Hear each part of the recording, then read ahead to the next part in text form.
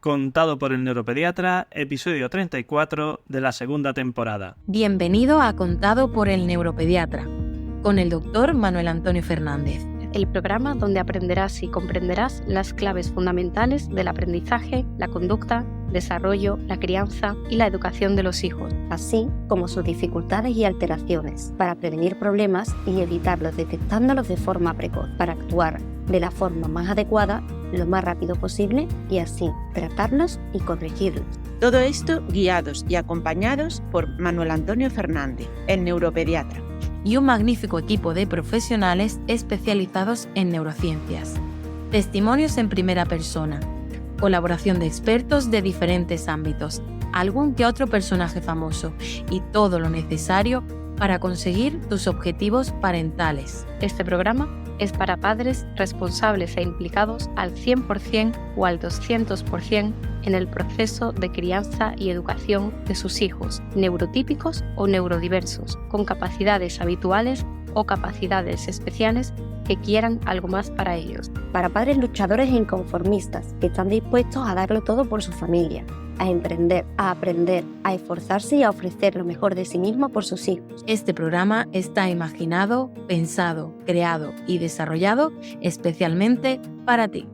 Somos lo que nuestros genes hacen de nosotros, y porque los genes son como los planos para construir un edificio, y en este caso nuestro organismo, hoy vamos a hablar de genética con Florencia Bevilacqua, genetista clínica especializada en pediatría del laboratorio Eurofins Megalab, que es uno de nuestros laboratorios de referencia a la hora de gestionar todo lo que son estudios genéticos, cariotipo, array, soma, etcétera, de nuestros pacientes. Si quieres tener claros todos estos conceptos sobre genética y lo importante que son las pruebas genéticas en el estudio de los niños con trastornos del neurodesarrollo, autismo, retraso madurativo, cualquier otro trastorno como el TDAH, etcétera, no te pierdas este episodio de nuestro podcast y este vídeo de nuestro canal de YouTube. Un fuerte abrazo. Te dejo con la entrevista.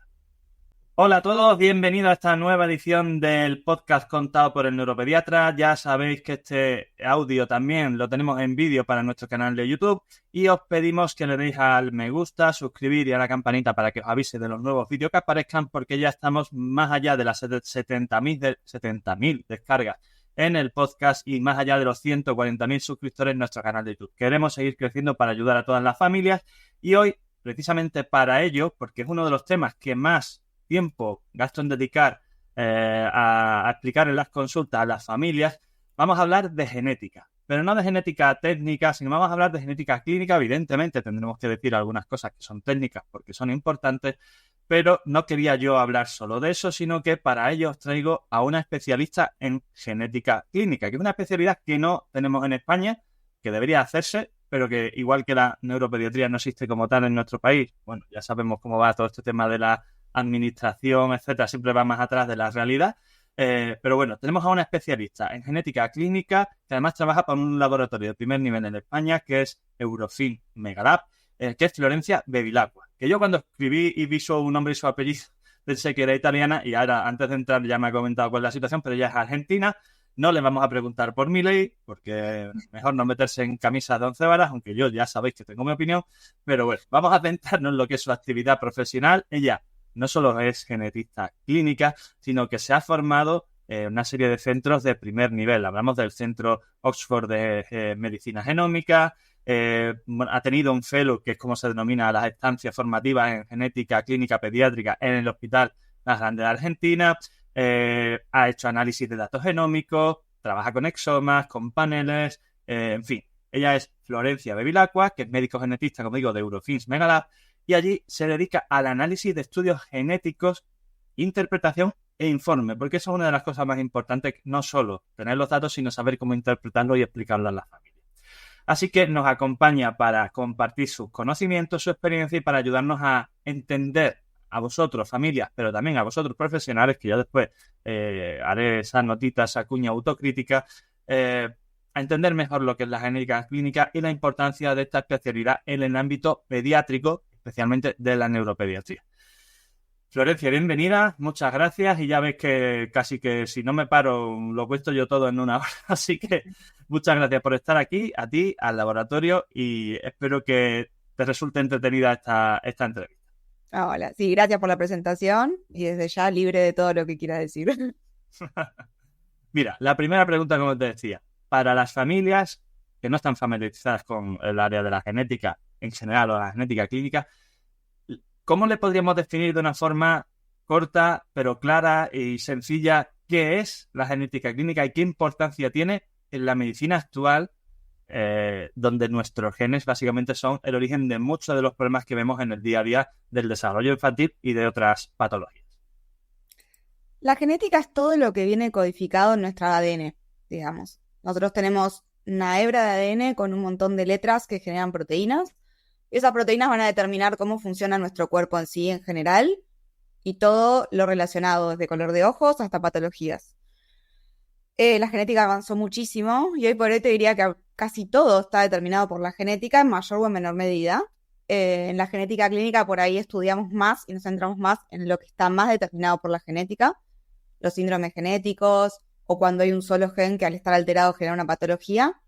Pero si nos ponemos un poco más profundos, hay muchos genes que son de susceptibilidad o más leves, que esos están avanzando, eso también influyen mucho en nuestra salud.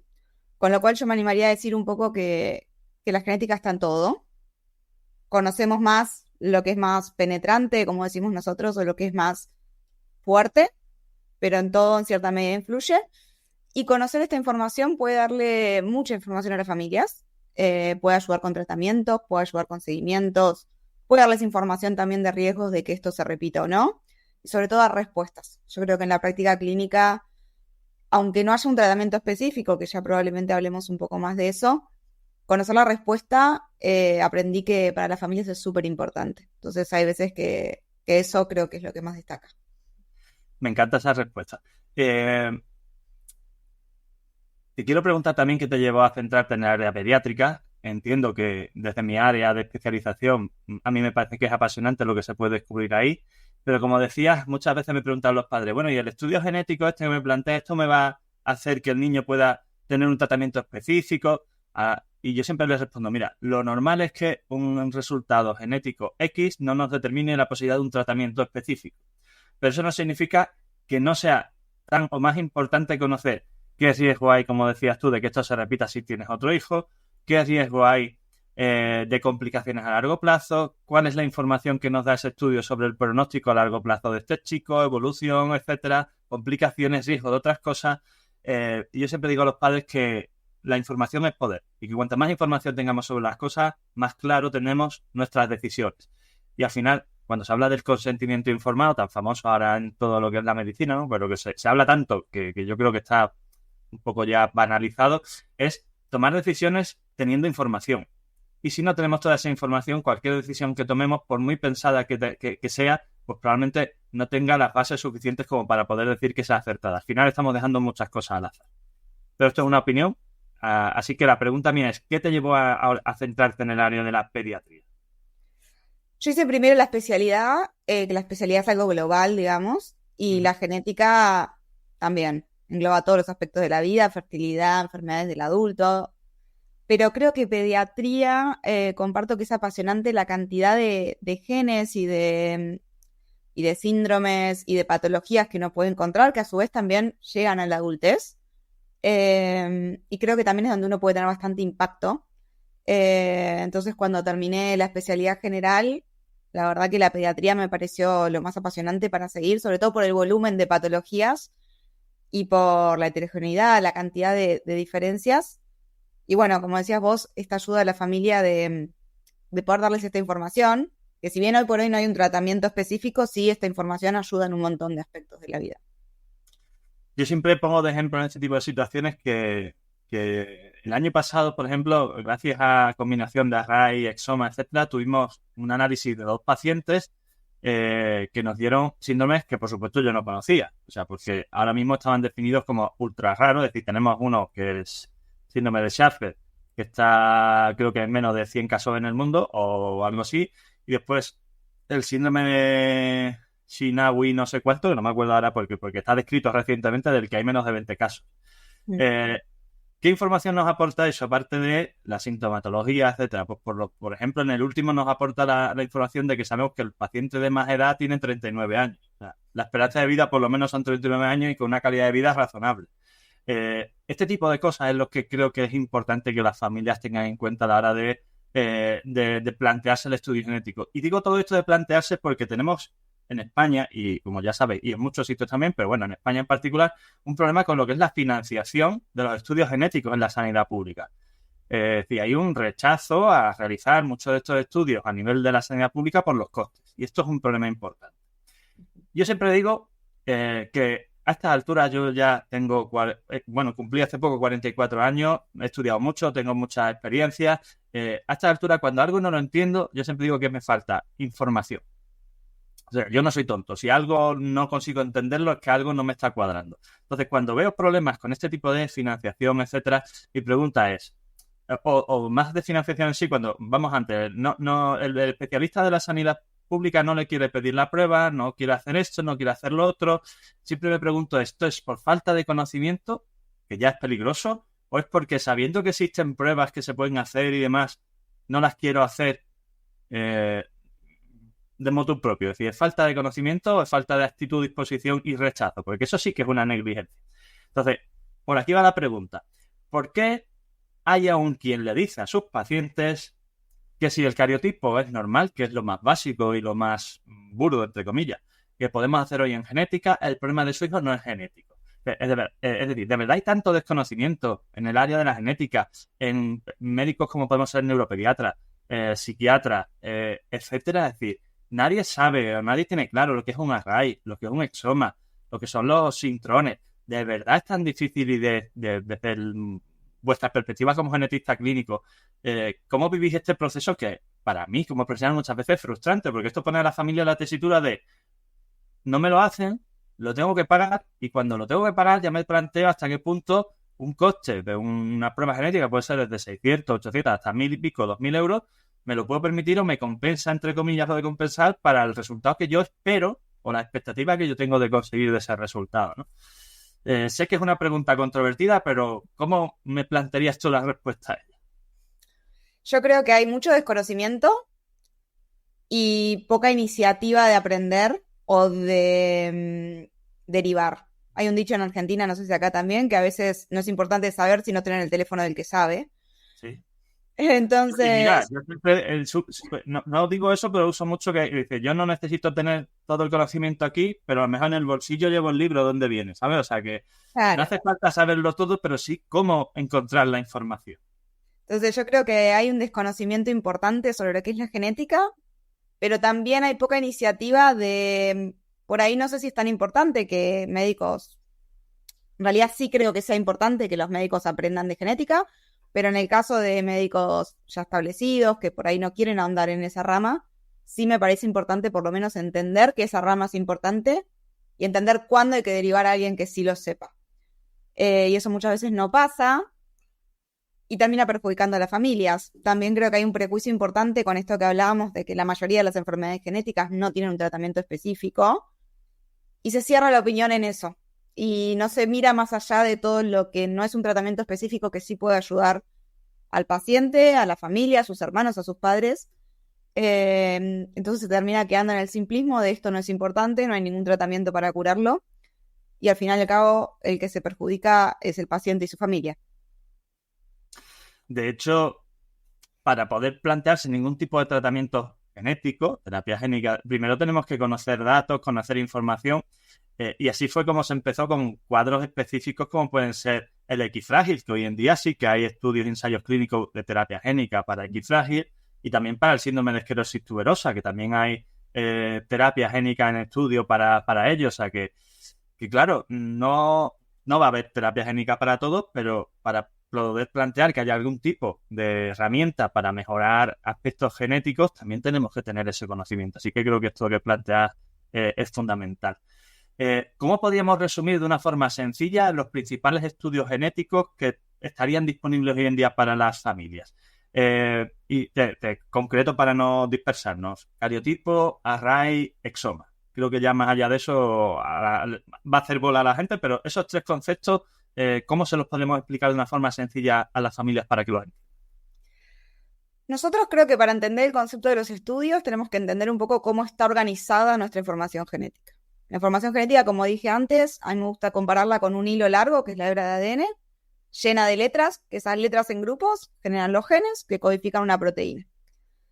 Pero ese hilo lo que hace es empaquetarse para entrar en las células, porque es muy largo, y genera lo que se llaman cromosomas, que son paquetes de información genética, es una estructura, nada más que eso.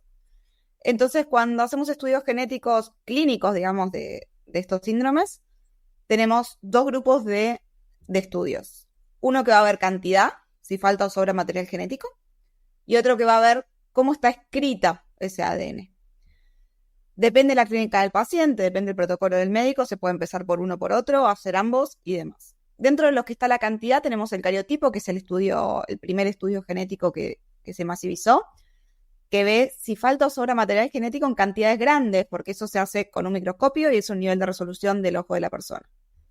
Si ese cariotipo da normal, se puede ahondar en un array, que el array es como si fuese un cariotipo pero molecular. Entonces nos permite ver también si falta o sobra material, pero con un nivel de detalle mucho más profundo.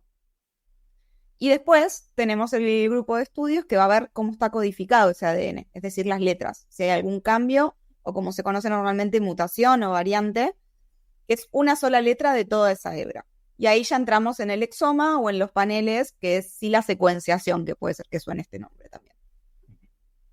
Sí, mucho a las familias les suena el concepto del genoma, que sería el siguiente paso, el exoma, cuando se analizan los trozos de esa hebra, que son los exones, que son los que sabemos que son instrucciones para fabricar las proteínas, y después está la parte de los genes, que son los intrones, que todavía no están perfectamente claras cuál es su función o demás, y que cuando se unen entre sí, intrones y exones, pues forman el análisis del genoma.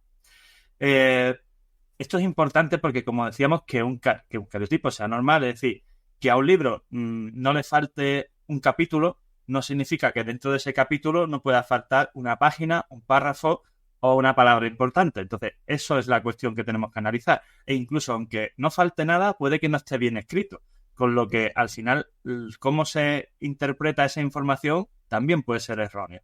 Así que creo que es importante que tengáis claro, por resumir, estas cuatro perspectivas, cariotipo, array, exoma o genoma, para que entendáis que podemos profundizar en muchas cosas y que en la mayoría de las ocasiones esto del cariotipo normal no es genético, no es algo que deberíamos plantearnos. ¿Cómo...? De hecho, perdón. Que de hecho la mayoría de las veces en un síndrome genético el cariotipo es normal. Digamos, es más frecuente que sea normal y que uno tenga que ahondar. Los síndromes con cariotipos anormales, generalmente, como decía, falta un capítulo entero, son síndromes graves, son síndromes muy llamativos, con discapacidad marcada. Efectivamente. De hecho, cuando pasa esto, como decía, son alteraciones significativas y, por lo tanto, cuando falta un trozo grande de material genético, suele haber rasgos físicos característicos, es decir, rasgos dismórficos que se denominan, son generalmente visibles o detectables. Ejemplo más clásico conocido, el síndrome de Down.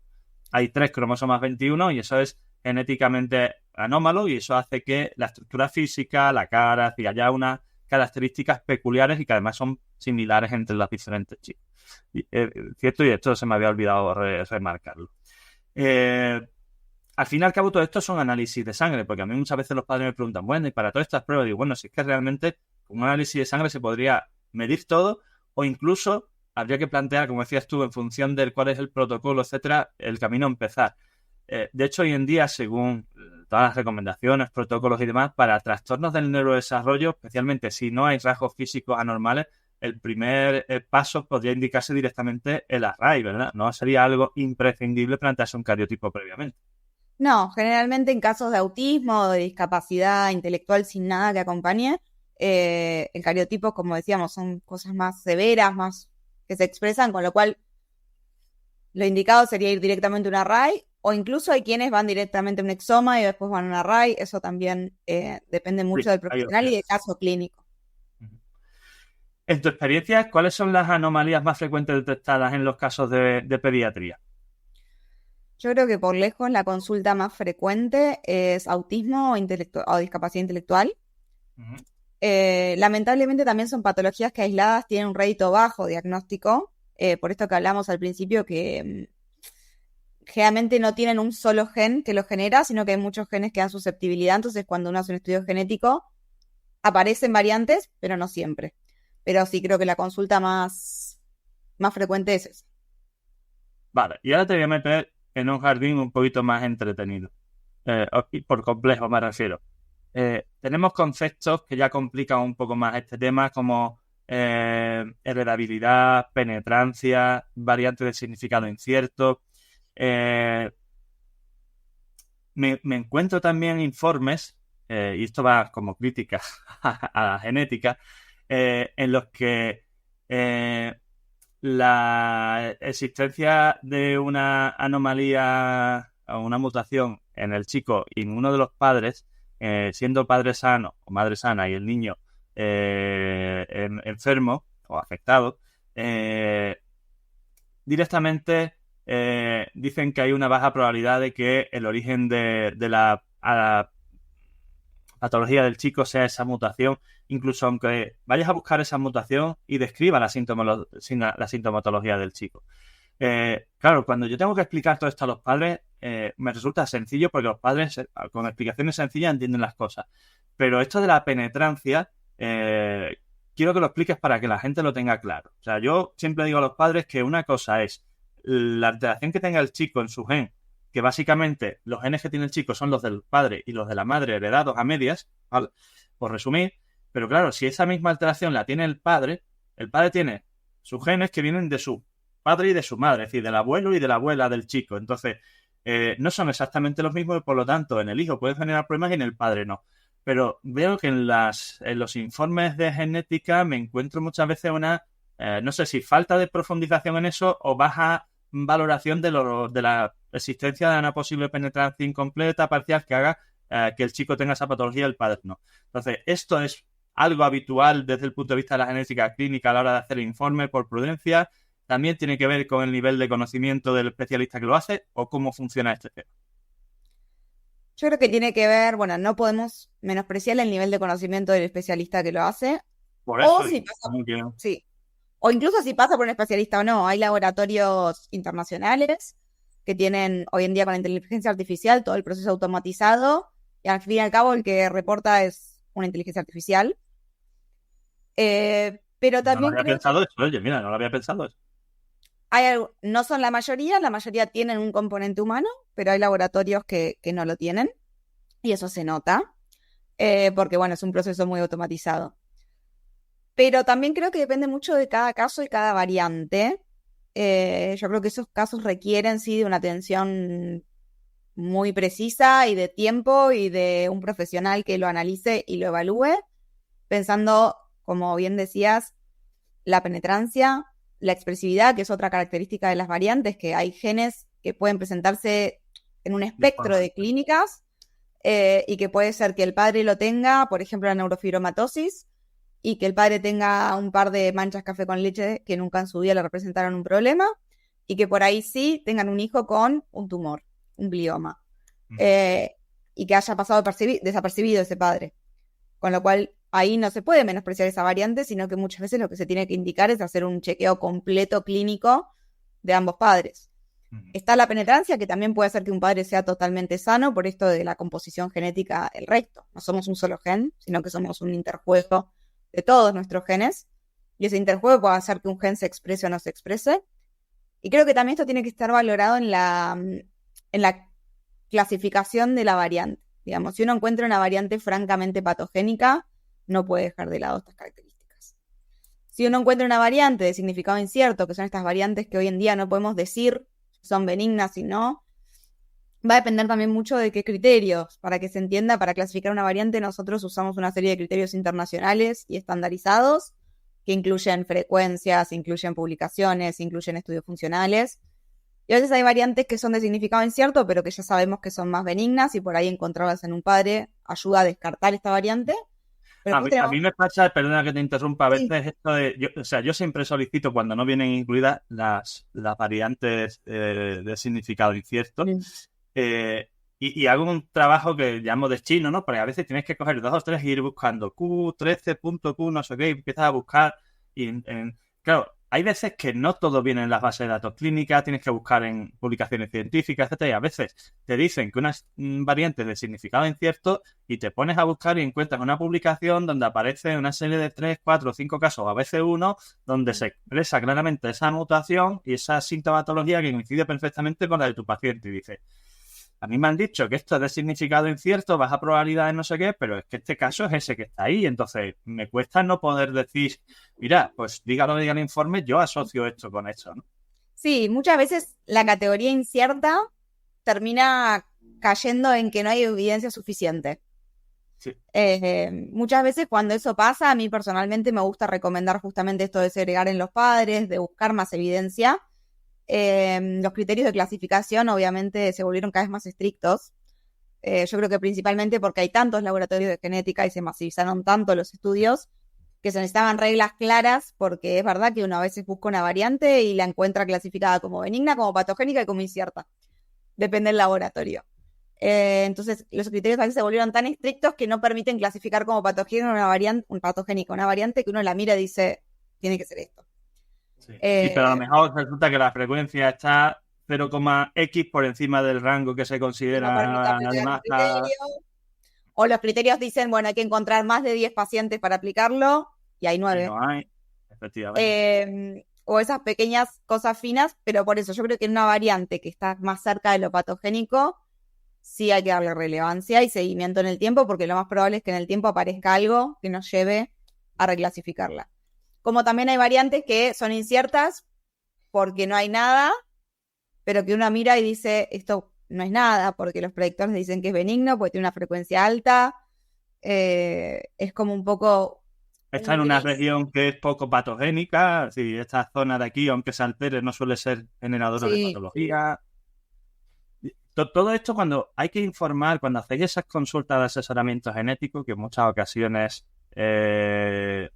muchas ocasiones no se hacen y creo que son fundamentales, ¿no? Y muchas veces me llega la familia y me dice, mira, este es el informe que me han dado. Digo, bueno, ¿y qué te han explicado? Y dice, no, me lo han mandado. Digo, vale. Entonces, esas consultas de asesoramiento, ¿cómo se plantean y cómo se organizan para las familias? ¿Qué consiste exactamente esa asesoría genética, ese consejo genético, cuando hay que plantearle todo estos temas a los padres? Y a mí me gusta dividirlo en distintas partes. Primero que nada, sí que estén, si es un niño, los padres y el niño, porque también hay muchos padres que creen que como es una asesoría, el paciente, que entiendo que a veces es complejo, porque son niños, porque tienen algún trastorno de la conducta, pero sí es importante que estén, porque hay que revisarlos, hay que mirarlos, y si están los dos padres, aún mejor, porque no deja de ser un menor. Primero hay una primera parte de conocernos, de averiguar sobre la familia.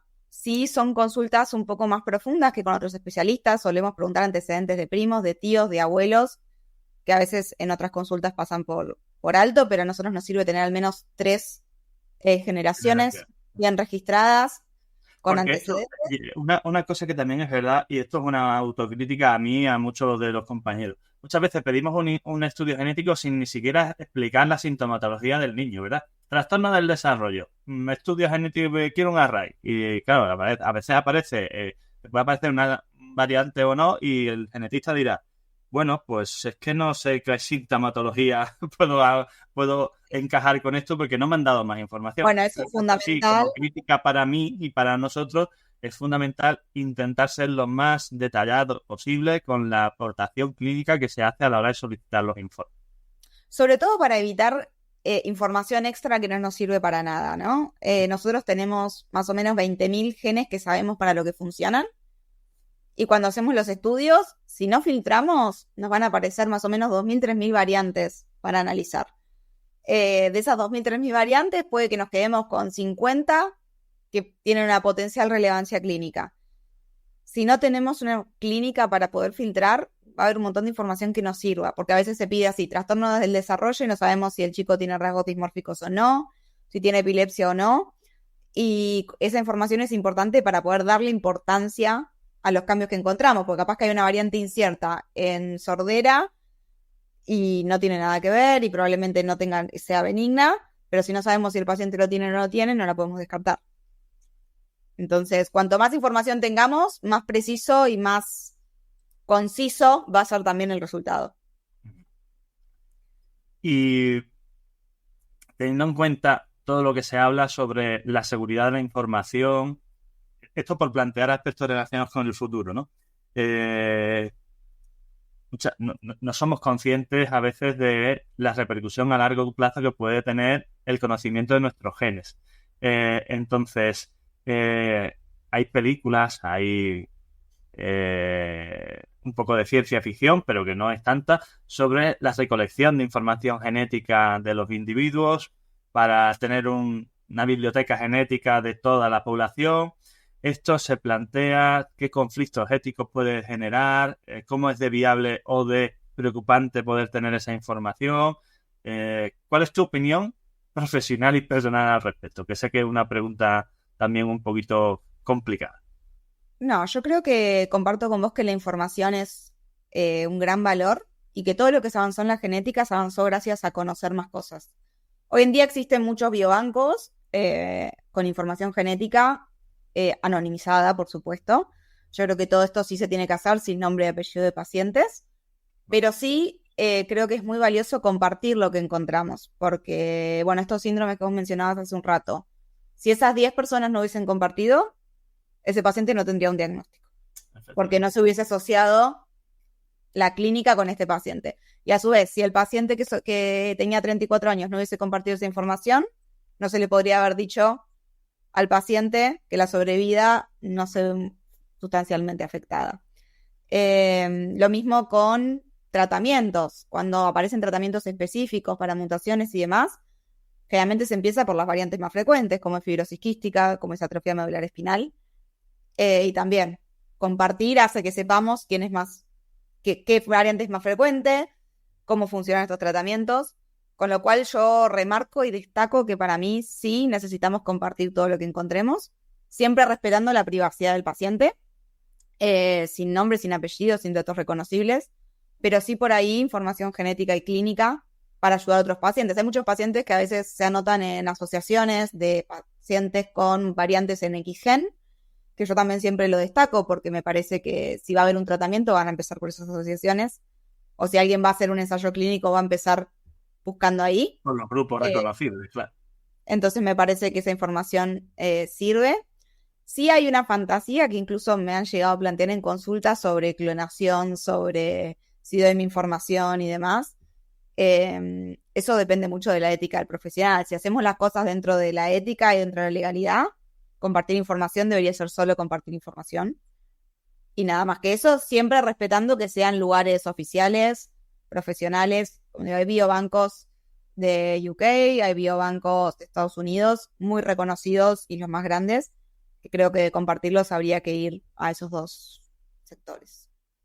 Y a nivel de medicina personalizada, ¿qué líneas hoy en día se están planteando de futuro sobre terapia génica y medicina personalizada? Yo sé que esto es una pregunta amplia, se trabaja mucho en cáncer sobre esto, pero en el área de la pediatría, ¿qué áreas son las más significativas, digamos? Se está avanzando mucho la terapia génica así como tal, que implica modificar el genoma. Es algo que para la clínica le falta, porque todavía es complejo lograr modificar una sola parte del genoma. El genoma es enorme, hay muchas regiones parecidas, entonces orientar a que solo se cambie un sector es algo más complejo. Sí están apareciendo muchas terapias orientadas a mutaciones, es decir, si uno tiene la mutación X en tal gen, como pasa en fibrosis quística, se puede dar cierta medicación que suple la función de esa proteína. O lo mismo pasa con la atrofia medular espinal, que en realidad lo que se hace es estimular que otro gen parecido genere la proteína. Y eso cada vez está avanzando más. Si uno busca, hay un montón de terapias que se están al menos en ensayos clínicos o próximas a aprobarse. Por lo pronto vamos más a mutaciones puntuales que a genes en general, pero yo creo que el siguiente paso va a ser encontrar algo que vaya directamente a suplir la función del gen como tal. ¿Qué consejo le darías tú a las familias que están comenzando todo este proceso de análisis genéticos, pruebas, etcétera, para sus hijos? Que todo esto evidentemente les genera estrés, angustia. En muchas ocasiones, y en esto lo vivimos también en la sanidad pública, y no es que yo esté en contra o quiera hacer ahora una apología en contra de la sanidad pública, ni mucho menos, pero hay pacientes a los que les piden un estudio genético hoy y les citan dentro de 11 meses para darle el resultado. Entonces, para un fenotipo que puede tardar 2 semanas, para un adrenomesoma que pueden tardar 45 días o 60 a lo sumo en tener los resultados, que evidentemente es un tiempo, pero a esas familias que le están planteando que hoy te hago el estudio y te doy una cita para revisión de resultados en 10, 11, 12 meses, ¿cómo pueden vivir ese proceso y qué podrían hacer ellos? Bueno, justo antes de que menciones esto, la primera palabra que se me vino a la cabeza era paciencia, porque los estudios genéticos, más allá de los tiempos de sanidad pública, son largos. Muchas veces, y es probable que en el primer estudio uno no encuentre nada y haya que hacer un segundo, o haya que ahondar, o haya que pedir más estudios. Pero sí, creo que la palabra que se me vino fue paciencia, es un camino largo. Y muchas veces también tener la apertura de que a veces no vamos a tener una respuesta ahora. Hay veces, como mencionábamos antes, que aparecen estas variantes inciertas, que la respuesta es seguirlas en el tiempo. Y es una vez al año revisarlas y ver qué información nueva aparece, y ver si esa información nos permite clasificarla como benigna, clasificarla como patogénica. Y eso también genera mucho estrés y mucha ansiedad. Pero que el resultado pueda ayudar. Más allá de tener presente siempre esto de que no vamos a tener una pastilla mágica que modifique el gen, porque eso es algo que a veces aparece en la mente de un padre que lo único que quiere es que su hijo esté sano. Más allá de que no tengamos esa pastilla, sí cambiar las terapias, conocer, como decíamos, si esto puede volver a pasar, el riesgo para que a ese hijo le vuelva a pasar si tiene un hijo el día de mañana. Es información que vale la pena y que a futuro puede servir incluso, aunque hoy no existe esta pastilla, para que en 10 años sí exista. Para él o incluso para otros niños o para sus hijos, sus nietos, sus sobrinos y demás. Porque esto no lo hemos nombrado antes, pero la repercusión genética de una mutación no solo puede afectar a tu hijo, sino también a sus hijos, no solo por la herencia, sino si se afecta a sus células germinales, etcétera. Así que todo esto que os acaba de contar Florencia es importante. Antes de terminar, ¿algo más que te gustaría compartir con los que nos escuchan sobre este tema? Sugerencias, recomendaciones, consejos, específicamente en el área pediátrico me refiero. Creo que la recomendación que más se puede dar es que se abran a la genética. Si bien es una especialidad que no es tan nueva, sí es de las más recientes y el conocimiento avanza tan rápido que si uno no está en este campo como neuropediatría, como genética, hay veces que el conocimiento pasa por encima. Pero como mencionábamos antes, por lo menos abrirse a que esto existe y que puede ayudar. Y siempre tener esa posibilidad de hacer una consulta y escuchar a ver qué opciones hay hoy en día. Y saber también que esas opciones cambian año a año, porque eso es una realidad también de nuestro trabajo. O incluso en menos de un año puede cambiar la recomendación o puede aparecer un estudio nuevo o una respuesta nueva. Pero sí estar abierto a este campo. Perfecto, pues Eurofins Megalab, que es tu laboratorio, es uno de nuestros laboratorios de referencia, es con el que en general realizamos nuestros estudios genéticos. Array y exomas son los que solemos hacer, array de alta resolución, 750K, etcétera. Exomas que me gustan que sean completos y no solo clínicos y que sean en trío para que se analicen padres e hijos de forma simultánea. Si tienen los que nos están escuchando cualquier duda, pregunta, necesitan asesoramiento, ¿cómo se pueden poner en contacto con vosotros? Creo que la forma más fácil es la página web, que es eurofins-megalab.com. Ahí en esa página web van a encontrar teléfonos de contacto, mails de contacto, acceso a las redes sociales. Por cualquiera de esos medios se pueden contactar y les van a dar todas las indicaciones para ya sea tener una consulta de asesoría, ir directo al estudio, qué estudio es el mejor, y embarcarse también en esto. De acuerdo. Si tenéis cualquier duda al respecto, vamos a poner el enlace en nuestras redes sociales también. Y siempre os van a requerir, eso es importante, la indicación de un especialista para realizar los estudios genéticos que sean necesarios.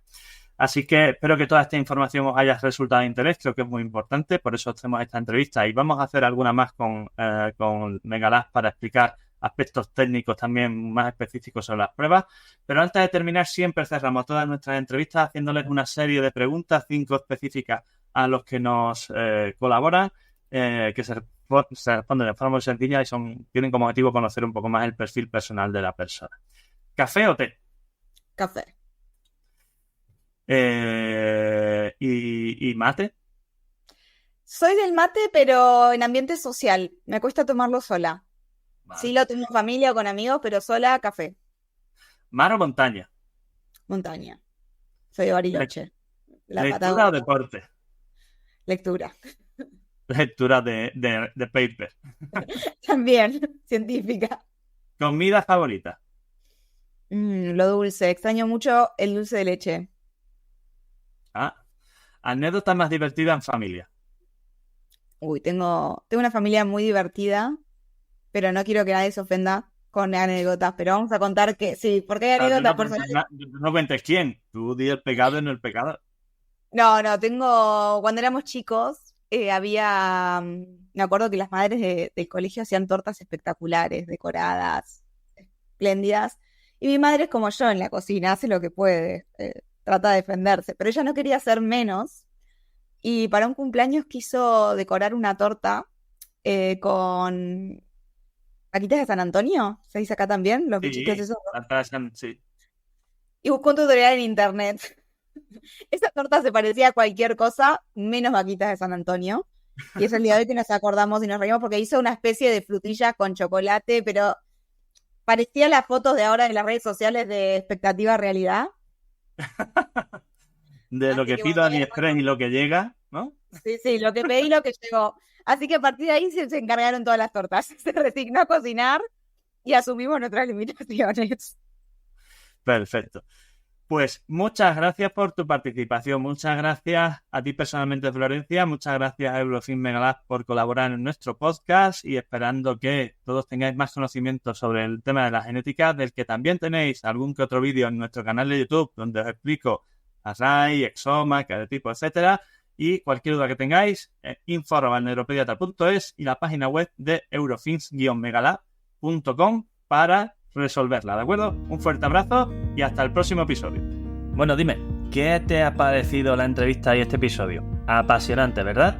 Pues si, como te decía en el episodio inaugural, te emociona y te hace vibrar la posibilidad de convertirte en referente en tu área dentro del sector del neurodesarrollo, ya sea como padre, como educador, como sanitario o como terapeuta, para liderar este movimiento y ayudar a tu hijo, a tu alumno o a tu paciente en su proceso de educación, crianza y desarrollo, estás más que invitado a este ilusionante camino.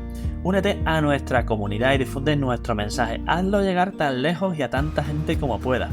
Padres, amigos, compañeros, grupos de WhatsApp, redes sociales, te lo agradecerán, te lo garantizo.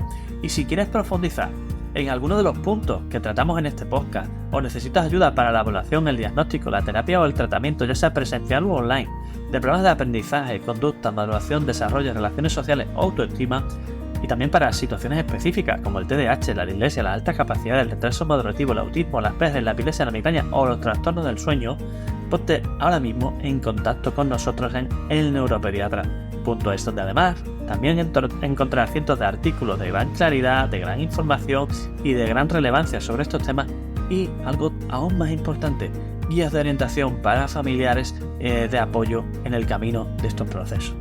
Y además, me tienes en YouTube, en Facebook, en Twitter, o X, como se llama ahora, Instagram, LinkedIn y hasta TikTok. Y por si fuera poco, estamos también en nuestro canal de difusión que acabamos de abrir y que estamos desarrollando y que desarrollaremos a lo largo de esta temporada en WhatsApp. ¿Qué más se puede pedir? Pues no te preocupes, porque evidentemente no vas a tener problemas para encontrarnos. Un fuerte abrazo y hasta el próximo episodio.